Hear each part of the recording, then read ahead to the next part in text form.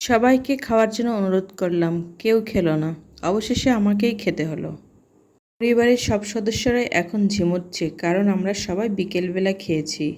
পরিবারের সব সদস্যদের দেখাশোনা করে অন্যরকম এনার্জি পাওয়ার জন্য আমাকে অবশ্যই সবার তুলনায় একটু বেশি করে খেতেই হয়।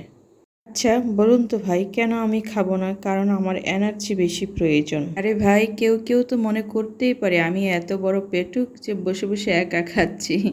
ওরা সবাই ঘুমোচ্ছে, তাও কি আবার সন্ধ্যাবেলায়? সন্ধ্যাবেলায় ওদের বেশি করে ঘুম পেয়েছে, ঘুমাক। আমি আমার সময় মতো করে অল্প অল্প করে খেয়ে নিই, কারণ আবার আমাকে নতুন উদ্যমে সন্ধ্যার পর থেকে কাজ করতে হয়, ঘর দর গুছাতে। ফের আবার অনেক কিছু সংসারে কাজ থাকে, ওগুলো সুন্দর করে গুছিয়ে যখন আবার ওরা ঘুম থেকে উঠবে তখন ওদের জন্য আবার রেডি করে দিতে হবে ঝটপট গরম গরম খাবার। এটাই তো আমার এনার্জি।